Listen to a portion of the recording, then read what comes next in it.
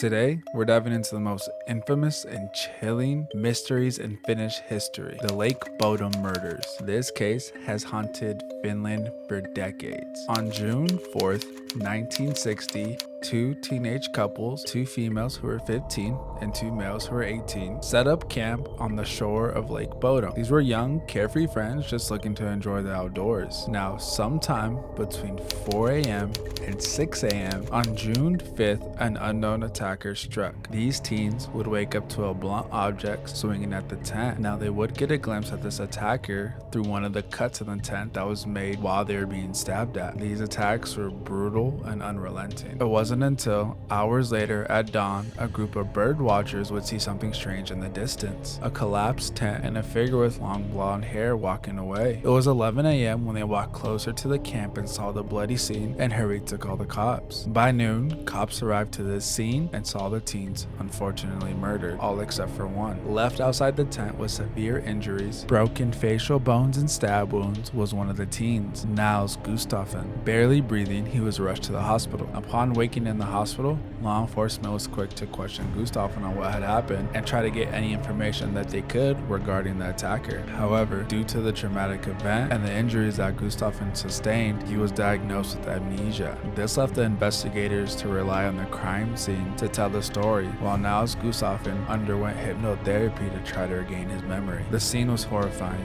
Malaya, Niles' girlfriend, suffered the most severe injuries. She was stabbed multiple times even after her death, while her friends were murdered less brutally. But why the extra rage towards her? This is what the police were able to gather from the scene. The attacker struck from the outside of the tent, piercing the fabric with a knife and a blunt object, possibly a rock. Yet oddly, only some of the items were stolen, like the keys to their motorcycles, but not their motorcycles themselves. Gustafsson's shoes were also found far from the campsite, about 50 meters or so, with blood all over them, along with some other miscellaneous items from the campsite. However, that's as much as a crime scene would be able to tell them, since it was 1960s and forensic science was still limited. And the scene was quickly contaminated when the bird watchers approached the scene, as well as the time of death and when they were discovered by the police, leaving valuable evidence lost forever. In an attempt to gather more information regarding the murderer and the night of the incident, the police would ask Niles questions about what happened that night while under hypnotherapy. Niles actually claimed to see the attacker that night. He said that the attacker was wearing all black, had long blonde hair, and had eyes that were red. He said that he was able to see this through the cut of the tent just moments before he was knocked out. Using the information from Gustafsson, the police were able to create a sketch of the potential murderer. Throughout the years since the crime, the police had many suspects, but three in particular still raised suspicion within the community. Carl Vladimir Gistrom, known also by the nickname Kiosk Man, a notoriously harsh man who ran the kiosk near the campsite and hated campers, even going as far as throwing rocks at passing by children. During a drunken conversation with a neighbor, Carl confessed to the murders at Lake Bodom. He was also seen filling his well just days after the incident. Many believe this may be where he had hidden the objects from the campsite and, more importantly, the murder weapon. This led to the police searching his property, but unfortunately, the police were unable to discover any incriminating evidence. Additionally, the police didn't bother to question Carl after asking his wife what had happened, because his wife confirmed his alibi, saying that he was home the night of the murders. Although they never found anything, Carl Gistrom still garnered suspicion within the community. Now, 9 years after the murder, Carl drowned himself at Lake Bodom, and later, on her deathbed, Carl's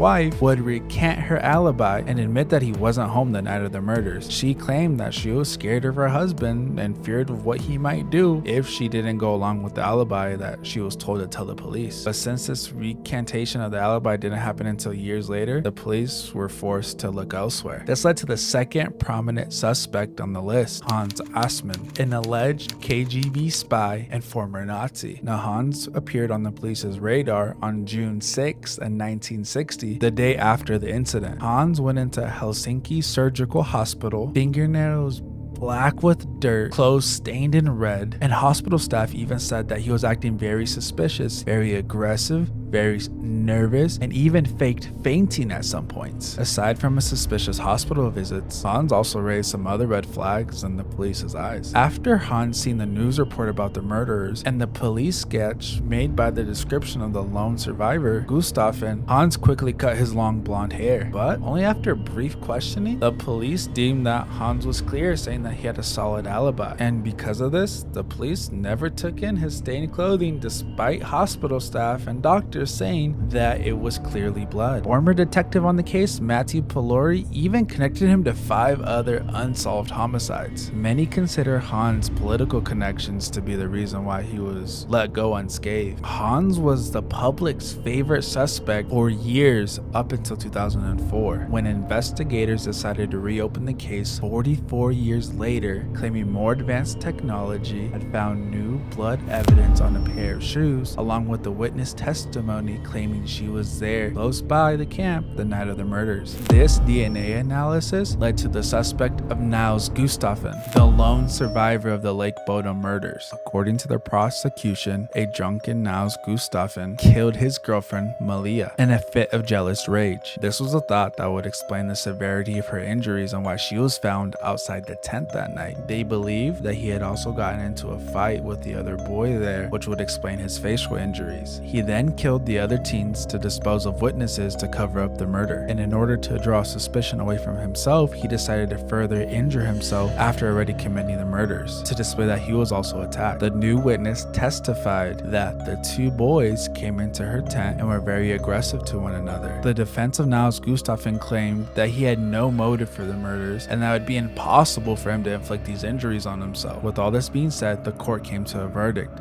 and deemed that Niels Gustafsson was guilty and sentenced him to life in prison. During his imprisonment, Niels claimed his innocence and filed for an appeal. This led to a second trial. This trial captivated Finland. The prosecution painted Niels Gustafsson as a troubled, violent boy who finally snapped that night and insisted that he was a lone survivor and that he was innocent. Ultimately, in October of 2005, Niels was acquitted, with the court ruling that the evidence was inconclusive. After all these years, there's no conclusive evidence, no defined motive, and the mystery still remained. In the end, Niels Gustafsson was awarded compensation for the suffering during his wrongful imprisonment, but his life and the lives of everyone that was touched by this case will never be the same. The Lake Bodom murders remain a mystery, defying any explanations to this day. You tell me your thoughts regarding this case. Make sure to like, comment, and subscribe if you liked the video.